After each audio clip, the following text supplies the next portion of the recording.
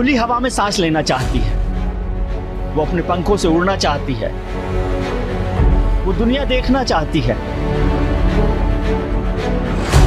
सबसे ज्यादा वो खुद फैसले करने की आजादी चाहती है। वो चाहती है कि वो क्या पहने या ना पहने, वो चाहती है कि वो क्या करे या ना करे, वो चाहती है कि उसे कोई रोकने टोकने वाला ना हो। कुल मिलाकर वो अपने हिसाब से जीने की आजादी चाहती है। ये हम बात कर रहे हैं औरत की, जो माँ भी है, बहन भी है, बेटी भी है। जिंदगी में अलग अलग समय पर हर रिश्ते को निभाने की जिम्मेदारी और फिर समाज के प्रति जवाबदारी। हर स्त्री की कुछ ऐसी ही है कहानी। भले ही समाज में कहा जाता हो कि लड़का लड़की एक समान है, दोनों को बराबरी का दर्जा है, लेकिन बात जब पहनावे पर आती है तो सबकी बोलती बंद हो जाती है। क्योंकि लड़के हैं वो तो खुला घूमेंगे, लड़कियां मुंह ढकेंगी। हम बात कर रहे हैं हिजाब की, वही हिजाब जिस पर आजकल आम से लेकर खास हर कोई चर्चा कर रहा है।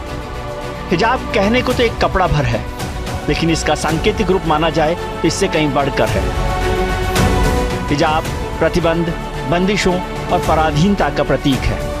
ये प्रतीक है समाज के उस ढांचे का जो आज भी लड़कियों को घरों में ही कैद करना चाहता है।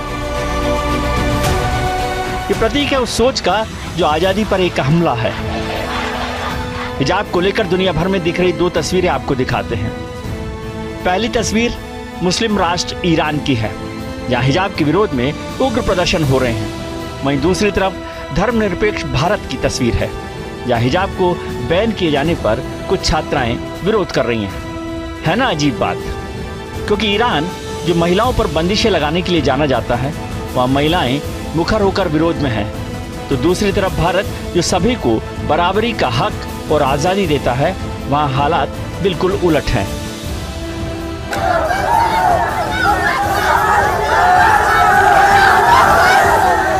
कर्नाटक के उडुपी से शुरू हुए हिजाब विवाद 10 महीने बाद भी सुलझने का नाम नहीं ले रहा। कॉलेज से लेकर हाई कोर्ट और फिर सुप्रीम कोर्ट, और सुप्रीम कोर्ट में भी एक राय न बनने पर इसे बड़ी बेंच को भेजा गया है।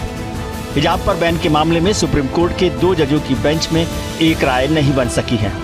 अब इसे नई बेंच को सौंपने का फैसला CJI UU ललित को करना है। सुप्रीम कोर्ट ने जब गुरुवार को फैसला सुनाया तो 2 जजों की बेंच की इस मामले पर राय अलग अलग थी। 10 दिनों की सुनवाई के बाद कोर्ट ने फैसला सुरक्षित रखा था। जहां एक और जस्टिस धूलिया ने कर्नाटक हाई कोर्ट का फैसला खारिज किया, तो वहीं जस्टिस गुप्ता ने हिजाब बैन के फैसले के खिलाफ दाखिल अपील को खारिज कर दिया। जस्टिस धूलिया ने कहा कि हिजाब इस्लाम का अनिवार्य हिस्सा है या नहीं, इस पर विचार की जरूरत ही नहीं थी। वहीं जस्टिस गुप्ता ने इस फैसले के खिलाफ याचिका दाखिल करने वाले से 11 सवाल पूछे। जस्टिस धूलिया ने कहा कि यह मामला अनुच्छेद 14 और 19 से जुड़ा हुआ है। वहीं जस्टिस गुप्ता ने अनुच्छेद 19, 21 और 25 का हवाला दिया।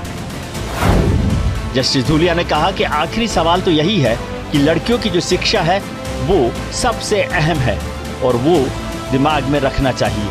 वहीं गुप्ता ने कहा कि क्या हिजाब पहनना और इसे प्रतिबंधित करना धर्म की स्वतंत्रता का उल्लंघन नहीं है।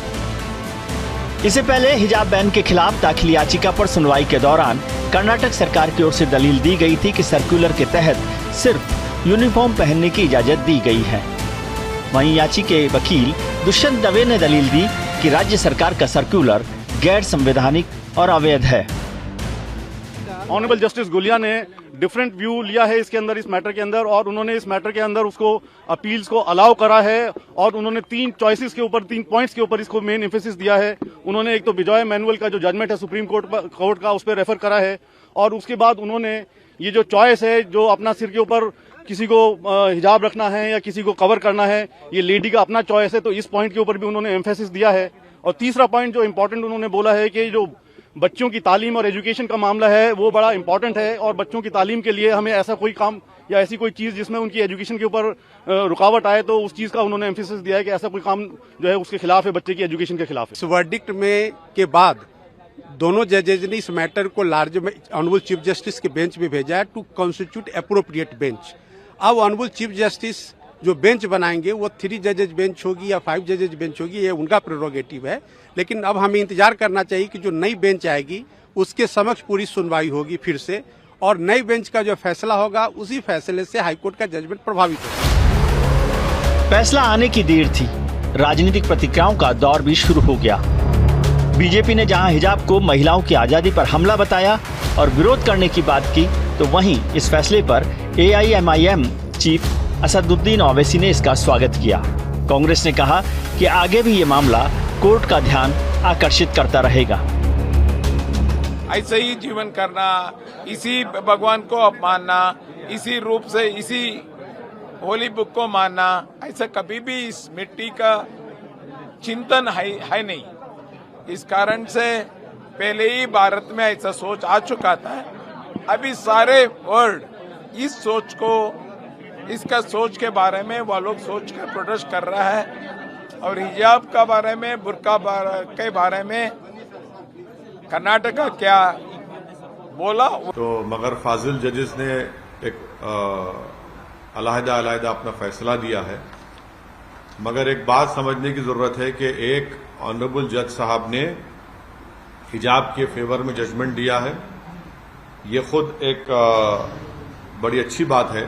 तो पहले बात यह है कि कर्नाटक गवर्नमेंट का जो पूरा दावा था और उम्मीद थी कि सुप्रीम कोर्ट ब्रांडिंग करके जो है ना ठप्पा लगा देगा, ये नहीं हुआ, ये अच्छी बात है। लेकिन जो चिंता के विषय है वो ये है, अभी तो 3 मेंबर बेंच का भी अपॉइंटमेंट होगा चीफ जस्टिस के द्वारा, लेकिन उन लड़कियों का क्या होगा? मेन बात हमारे सामने ये है। पर एक बात तो मैं कहूंगा, अब CJI के पास जाएगा, वो लार्जर बेंच को रिफर करेंगे। पर कुल मिलाकर मैं ये कहना चाहूंगा, भारत के संविधान का पालन होना चाहिए। निजता, धर्म की स्वतंत्रता, पहनावे की स्वतंत्रता, बोलने की स्वतंत्रता, उस दायरे में किसी को किसी राजनीतिक दल को रोकने का अधिकार नहीं है। वहीं all India Muslim personal law board ने हिजाब मामले में कोर्ट का खंडित फैसला आने के बाद कहा कि कर्नाटक सरकार को शिक्षण संस्थानों में हिजाब पहनने पर रोक से जुड़े अपने आदेश को वापस लेना चाहिए, ताकि यह पूरा विवाद खत्म हो सके।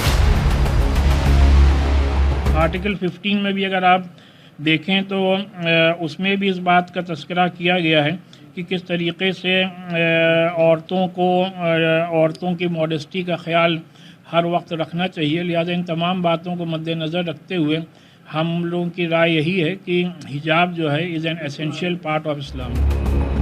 फैसले पर मुस्लिम धर्मगुरुओं और स्कॉलर्स की राय भी जानिए। उन्होंने कहा कि हिजाब इस्लाम का हिस्सा है और सुप्रीम कोर्ट से हिजाब पर बैन ना लगाने की अपील की। हम इसका यकीनन वेलकम करते हैं कि लेकिन आगे जहाँ पे ये रेफ़र किया गया है, हम समझते हैं बहुत क्लियरली ये बात सामने आ जाएगी कि हिजाब जो है इस्लाम का पार्ट है, उसकी प्रैक्टिस है और इस्लाम के एक बुनियादी रुकन है। और जो इस उम्मीद के साथ कि जो इस्लाम की प्रैक्टिसेस हैं उसमें लोगों को ये चाहिए कि इसको अदलिया तक ना ले जाया जाए, ताकि इसमें किसी भी तरीके का भेदभाव की कोई शंकाएं ना हो। तो मैं कुछ भी हो, जज साहब, सुप्रीम कोर्ट के माननीय आदरणीय जज महोदय जो भी फैसला करेंगे आने वाले दिन के लिए बेंच को दे दिया है, तो मैं तब भी स्वागत करूंगी।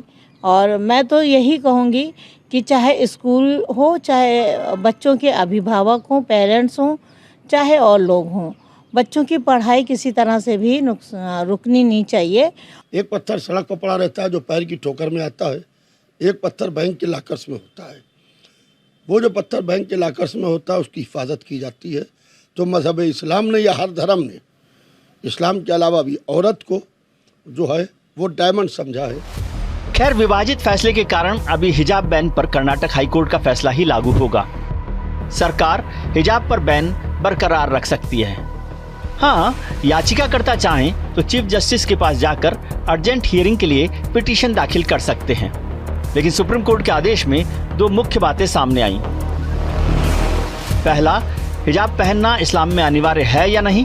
दूसरा, कर्नाटक सरकार ने जो पाबंदी लगाई है और उसका आदेश दिया है, उससे मौलिक अधिकार का हनन हो रहा है या नहीं।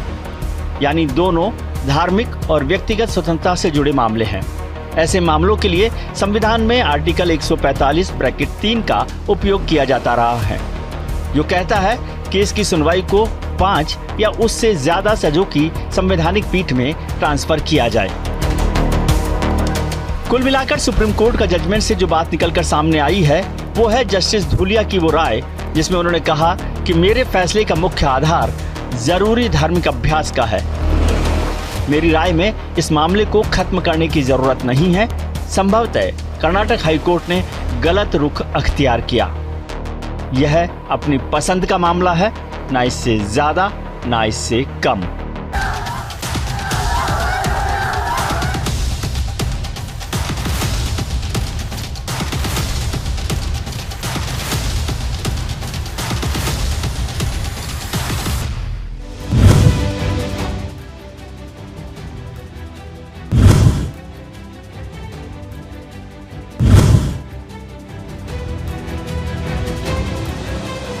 हिजाब इख्तियारी यानी एक महिला की हिजाब को चुनने की पसंद। कर्नाटक से लेकर ईरान तक हर तरफ ये नारा सुनाई दे रहा है। ईरान में हजारों महिलाएं उस कानून के खिलाफ सड़कों पर हैं जो उन्हें सार्वजनिक स्थानों पर हिजाब पहनना अनिवार्य करता है। वहीं भारत के कर्नाटक प्रांत में कॉलेज छात्राएं हिजाब पहनने के अधिकार की मांग कर रही हैं। ये दोनों ही विचार एक दूसरे के विरोधी दिखाई देते हैं, लेकिन इनका तर्क एक ही है। एक महिला के पास यह अधिकार होना चाहिए कि वो तय कर सके कि उसे क्या पहनना है और क्या नहीं पहनना है। उसे अपने जिस्म के साथ क्या करना है, यह अधिकार सिर्फ उसके पास होना चाहिए। लेकिन धर्म के कुछ ठेकेदारों को ये रास नहीं आता, तभी तो वो आवारगी बढ़ने की दुहाई देते हैं। भाई समाज पर बुरा असर पड़ेगा और इसीलिए इस्लाम ने समाज के अंदर बहरहाल ये जब लड़कियां जवान होने लगे तो उस वक्त हिजाब के लिए कहा गया।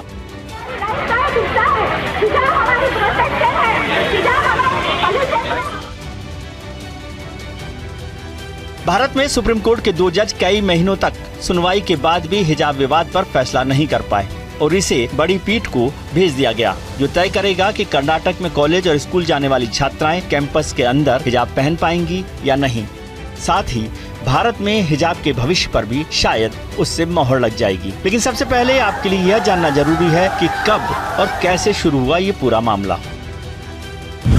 31 दिसंबर 2021 को उडुपी के सरकारी पीयू कॉलेज में हिजाब पहनकर आई 6 छात्राओं को कॉलेज में आने से रोक दिया गया।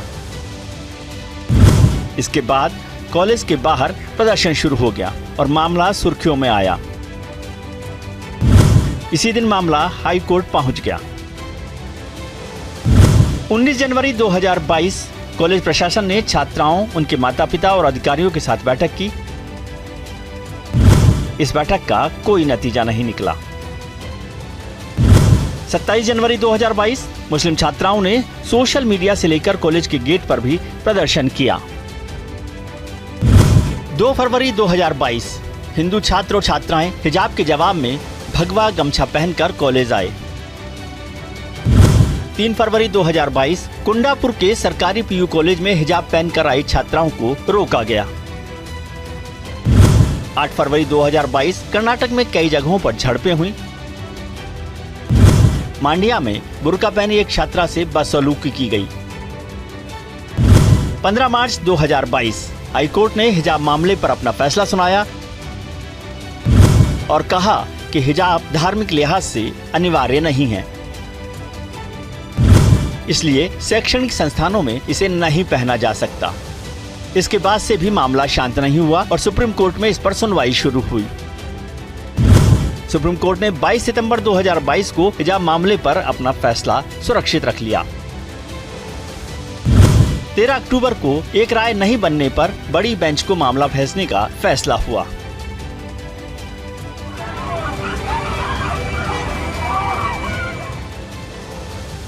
खैर, ये तो रही भारत की बात, जहाँ इसे पहनने वाले ही इसका समर्थन कर रहे हैं। लेकिन ईरान में तो माहौल अलग है, जहाँ ईरान में हिजाब के खिलाफ महिलाओं का प्रदर्शन सुर्खियों में है। ईरान में महिलाओं का हिजाब पहनना अनिवार्य है, लेकिन पिछले दिनों देश में कुछ ऐसा हुआ जिसने यहाँ की महिलाओं को हिजाब के खिलाफ सड़कों पर उतार दिया। ईरान में 22 साल की एक लड़की महसा अमीनी की कथित रूप से पुलिस हिरासत में मौत हो गई थी। अमीनी को ईरान की धार्मिक पुलिस ने हिजाब के नियमों को तोड़ने को लेकर गिरफ्तार किया। अमीनी की मौत के बाद ईरान के अलग अलग हिस्सों में सैकड़ों लोगों का गुस्सा फूट पड़ा और माहौल तनावपूर्ण हो गया। अब तक सुरक्षा बलों और प्रदर्शनकारियों की झड़प में 50 से ज्यादा लोगों की मौत हो चुकी है और कई घायल हैं।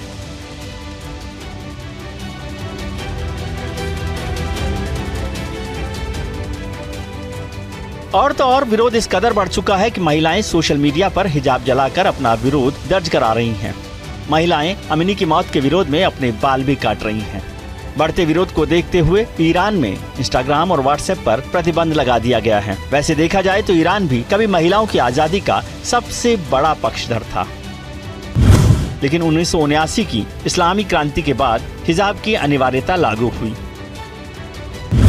उस समय के सर्वोच्च नेता आयतुल्लाह खुमैनी ने ईरान में हिजाब पहनने की अनिवार्यता लागू कर दी। इस्लामी क्रांति के बाद कपड़े पहनने को लेकर कानून बनाया गया। 9 साल से ऊपर की लड़कियां और महिलाओं के लिए सिर ढकना अनिवार्य कर दिया गया। सार्वजनिक जगहों पर महिलाओं को ढीले कपड़े और स्कार्फ पहनने का आदेश दिया। उल्लंघन पर 50,000 से 5 लाख रियाल तक का जुर्माना लगाया गया। साथ ही 74 कोड़े से लेकर 15 साल तक की जेल का प्रावधान भी रखा गया, जिससे महिलाओं की आजादी पूरी तरह खत्म हो गई।